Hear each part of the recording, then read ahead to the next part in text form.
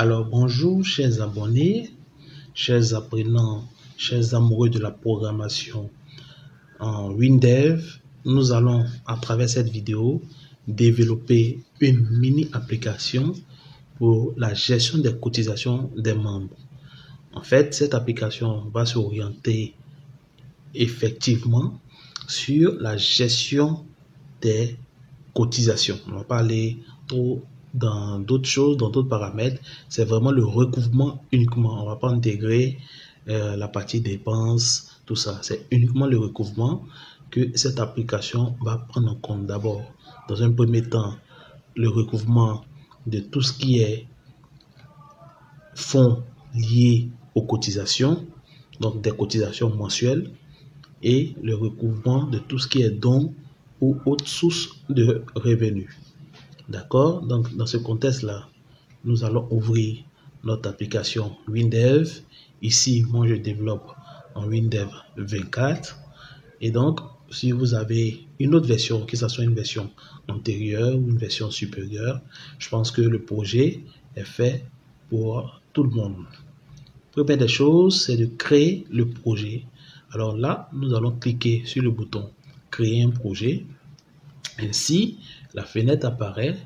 Dans le cadre de WinDev, les applications développées sont pour la plupart des applications Windows. Je pense qu'ils n'ont pas encore mis en place un outil de développement pour les Mac. Donc, nous allons nous contenter des versions Windows ou Linux. Donc là, je clique sur ce bouton et il y a une fenêtre qui va apparaître afin de spécifier les informations du projet. Ok, donc la fenêtre d'assistant de création de projet est ouverte et là nous avons 6 étapes. La première étape, c'est de donner un nom à notre projet. Ici, nous allons faire simple, nous allons mettre cotisation membre. Après, on pourra donner un nom un peu plus intéressant à notre projet. Pour l'instant, nous allons mettre juste cotisation membre. Ensuite, on va cliquer sur suivant. On nous demande de joindre des documents. Moi généralement, je passe cette étape. Alors, c'est une plateforme Windows. Donc, il conserve le choix par défaut. Suivant. Et donc, là, nous allons passer à une autre étape. Je pense à l'étape 2. Je ne sais pas pourquoi ça tarde comme ça avant de s'afficher. Oui, les options sélectionnées par défaut sont les bonnes. Il s'agit d'une application avec exécutable Windows 32 bits et exécutable avec fenêtre. Alors là, nous ne sommes plus dans une logique des temps anciens pour manipuler que des codes. Il faut des visuels. Donc là, on choisit l'exécutable avec fenêtre et on clique sur suivant. Le GDS, bon, le GDS c'est vraiment pour un travail collaboratif et je pense qu'après arriver un moment ça te fatigue tellement que tu n'en as même plus besoin. C'est bon de choisir non, ne pas utiliser le GDS. Mais je conseille à ceux qui veulent l'utiliser de bien s'informer, de bien se renseigner sur tous les aspects de ce volet. Suivant, oui, utiliser la charte de programmation. Effectivement, la charte de programmation, c'est une manière d'identifier chaque objet dans votre code, de donner des préfixes prédéfinis pour chaque type d'objet et de faciliter la lecture de votre code. Suivant, nous allons passer à notre charte. Voilà, ici, vous choisissez la charte qui vous sied. Bon, là, je vais prendre ce modèle-là, Active Android 5, et je clique sur suivant. Ok, bon, là, je vais ajouter 2 langues, la langue française et l'anglais. Je recherche rapidement. En fait, cette fois-ci, je vais faire la modification comme il se doit. Suivant, oui, effectivement, je vais créer une base de données. Mon projet est un projet qui a besoin d'une base de données pour fonctionner. Donc là, moi, je vais créer ma base de données. Suivant, et là, j'ai le nom de mon analyse qui prend automatiquement le nom de mon projet. C'est de bonne guerre. Je pense que comme ça nous facilite assez rapidement le traitement, la recherche. Et donc, on va conserver.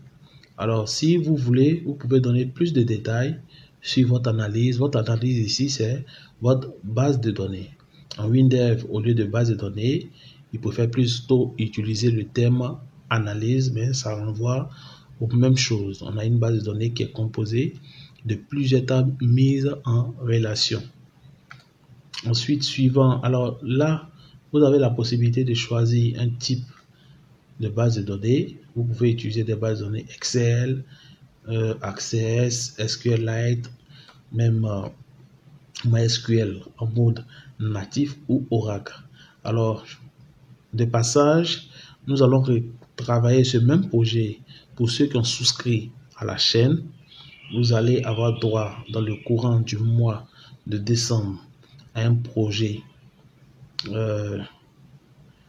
avec base de données en accès natif MySQL. Comme ça, une fois que vous installez votre application sur votre ordinateur, que ce soit à la maison, que ce soit au bureau, vous avez accès à vos données en temps réel puisqu'ils sont logés dans une base de données PHP MyAdmin. Et donc, je pense que tous ceux qui vont souscrire à ma chaîne verront en premier lieu ce travail avec les explications, les tâches, pour vous expliquer en détail cette façon de programmer, quelles sont les configurations, les paramétrages qu'il faut faire. Alors, je vous invite effectivement à cliquer dans le lien, à vous abonner et à cliquer dans le lien souscription ou soutenir la chaîne. Vous choisissez un niveau qui vous sied et donc on va pouvoir travailler ensemble sur du long terme. La souscription à la chaîne vous donne droit, en fonction du niveau que vous avez choisi, au code source de cette application, petit gratuitement. Pour les autres, vous aurez les détails pour l'obtenir dans la description. Alors, donc là, moi, je vais cliquer sur suivant pour passer à la dernière étape et créer mon premier fichier de données. En WinDev, les fichiers, les tables des bases de données, en fait, sont appelées des fichiers de données. La base de données elle-même est appelée analyse et la table est appelée fichier de données. Alors, comme premier fichier de données que nous allons créer, c'est les membres. Voilà, c'est les membres de l'association. Donc là, je fais suivant.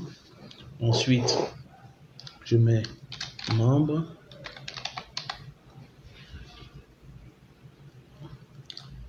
Un enregistrement représente un membre. Alors, au niveau de l'identifiant automatique, pour ceux qui veulent faire après des réplications sur serveur, c'est bon de choisir identifiant automatique sur 8 octets. Et ensuite, nous allons cliquer sur suivant.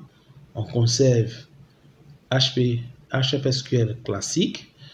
En fait, une fois que tu choisis HFSQL, il ne faut jamais commencer votre projet en choisissant HFSQL client-serveur, même si à la fin, c'est ce que vous souhaitez. Il faut toujours commencer avec HFSQL classique et après la conversion des fichiers en HFSQL client-serveur est très rapide, très facile et donc même la conversion dans les autres versions, ça fonctionne assez vite, assez bien. Suivant et je valide. Alors, au niveau des informations, nous avons l'identifiant du membre. On pourra lui donner un matricule. Ce matricule, il sera automatique. D'accord? Le nom et prénom. On aura le contact. On aura l'email. On aura la catégorie. Et enfin, on aura Donc, la photo. Donc, matricule ici, clé unique, nom et prénom. Je vais essayer de bien dissocier pour que ce soit intéressant. Nom et prénom, contact, email, catégorie.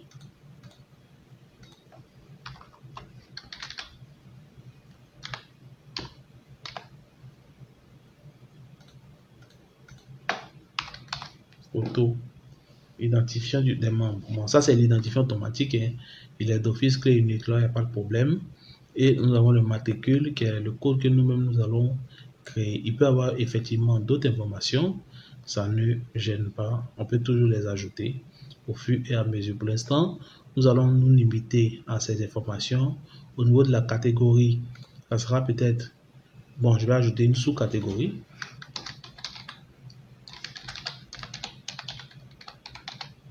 Parce que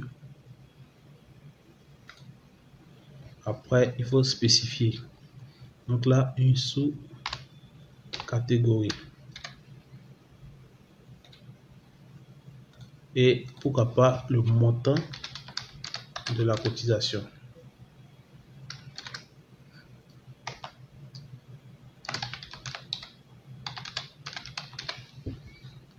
Bon, le montant de la cotisation, c'est à titre indicatif. Hein. C'est pour dire, ce gars-là, voici le montant qu'il doit pouvoir cotiser chaque mois. Je tiens à préciser que l'application est faite pour ceux qui font des cotisations mensuelles. Voilà, pour ceux qui font des cotisations mensuelles, ils sont en association, donc ils font des cotisations mensuelles. Au niveau de la photo, nous allons choisir le type son, image, binaire. L'email, bon là je vais augmenter à 100 caractères.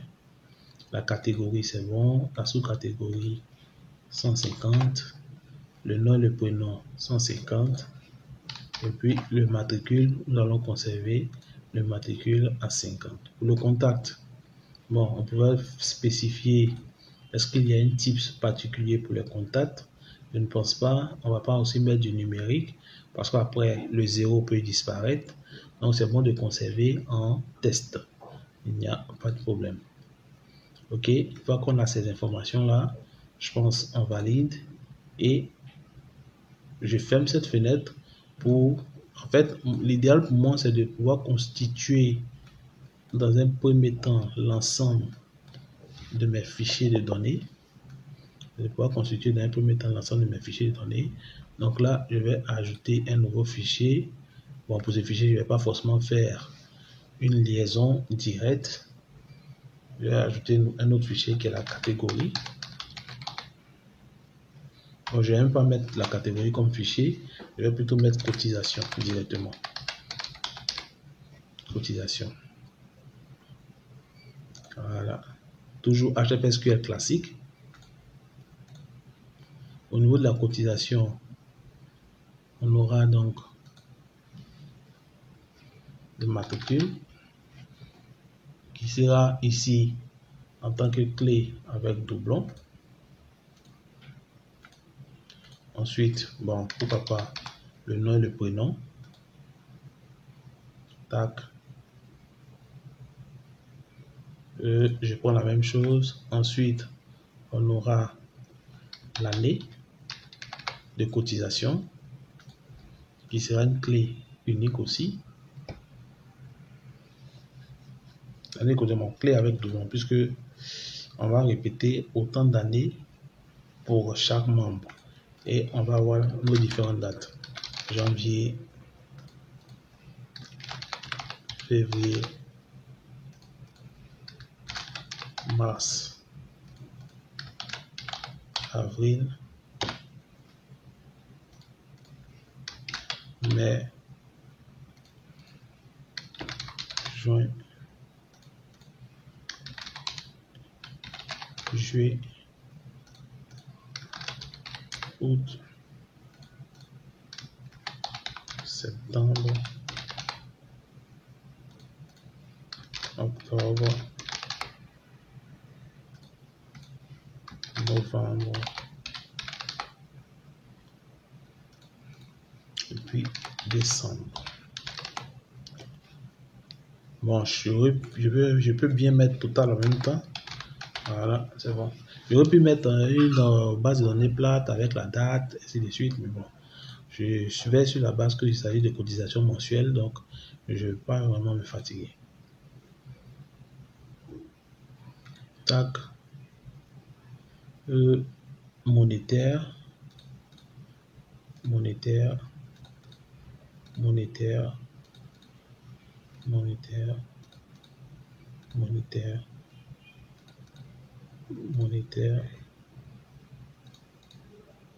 Voilà, donc tous les mois, ça sera monétaire. Et le total va permettre de faire le calcul total pour chaque membre.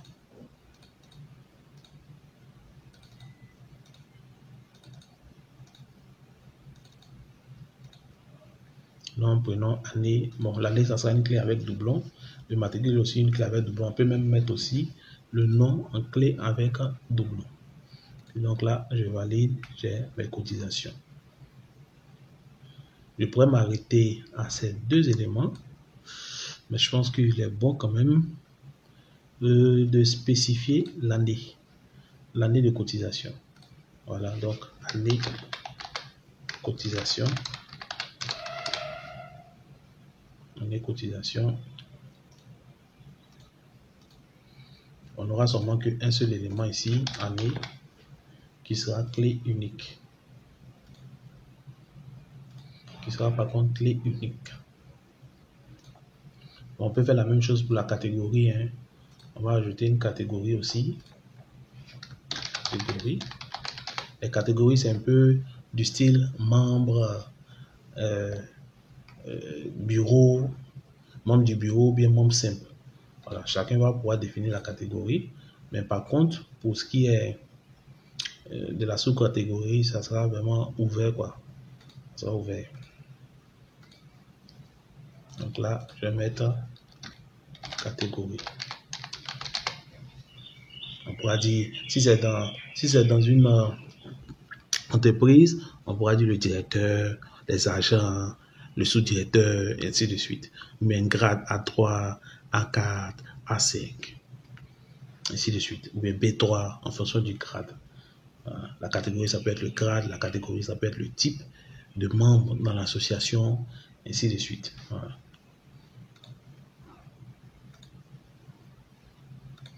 Donc là, je valide. Ici, catégorie sera aussi clé unique. On va créer la rubrique ayant les propriétés que vous avez indiquées. Voilà. C'est bon. Et je valide ici. Alors donc, tout est OK. Je pense que on peut effectivement créer des relations entre les deux et les relations entre cotisation et puis année, il n'y a pas de problème. Donc là, je vais créer une liaison entre la catégorie ici. Alors non, en principe, c'est tac, échappe. C'est la catégorie qui est là qui vient dans membre. Donc, pour chaque catégorie, on a au moins un membre. Pour chaque membre, on a au moins une catégorie. Chaque catégorie peut avoir plusieurs membres. Chaque membre peut avoir plusieurs catégories. Non. Donc là, on va appeler la catégorie membre. Tac. OK. Interdit la suppression d'une catégorie qui a au moins un membre, bien sûr. Et interdit la modification. Mais là, par contre, on va mettre modifier la clé. Et voilà. Donc ça, on a ça. Ensuite, des membres de matricule dans la cotisation. Donc, cotisation membre.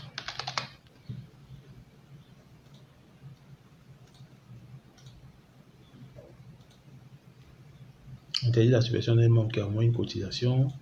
Ici, je vais plutôt mettre modifier la clé matricule. Et c'est bon. Et enfin, on va faire la liaison entre année, entre les deux. Tac. On va faire année, cotisation.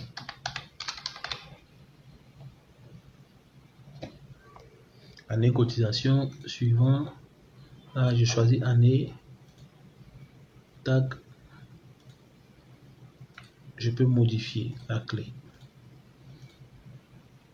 Alors, ma base de données est simple, elle est pratique. Voilà, je peux maintenant générer le RAD. Alors, quelqu'un me demandait, mais pourquoi j'aime générer le RAD alors que ce n'est pas parfait? En fait, je ne génère pas le RAD parce que je vais juste utiliser le RAD pour faire comme si c'était mon application. Je génère le RAD pour pouvoir utiliser les éléments qui ont été générés par le RAD dans mon application. Après, j'applique une mise en forme pour me faciliter la suite. Ok, le RAD aussi, c'est un outil intéressant, c'est un outil puissant qui nous facilite assez de choses. Alors donc là, je vous invite donc à générer le RAD. Ici, nous allons aller dans le projet RAD complète de l'application. RAD, c'est-à-dire Rapid Application Development, pour développer une application assez rapidement. Pour l'instant, il faut synchroniser la synchronisation du projet parce que la structure a été modifiée. Je dis oui et mon projet est synchronisé. Tac, tac. Oui, autoriser la saisie. Pour l'instant, je vais dire non. Voilà. Ne pas intégrer le groupe, le gestionnaire. La gestion du groupe utilisateur. Oui, je n'intègre pas. Intégrer le menu. Non, pour l'instant. Je vais faire un truc simple. Et je génère ensuite mon RAD.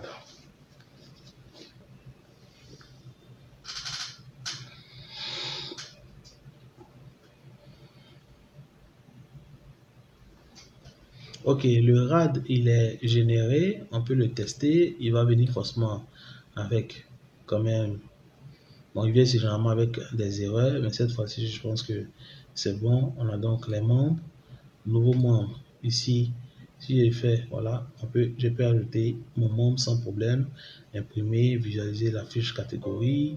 Il n'y a pas de catégorie pour l'instant, donc je peux en ajouter ici, voilà. Alors, déjà, je pense que mon application est intéressante à voir, mais pour l'instant, c'est pas ce que je veux. Ok? C'est pas ce que je veux. On va donc passer à une mise en forme complète des différents formulaires qui ont été générés par le RAD et à une finalisation de mon application.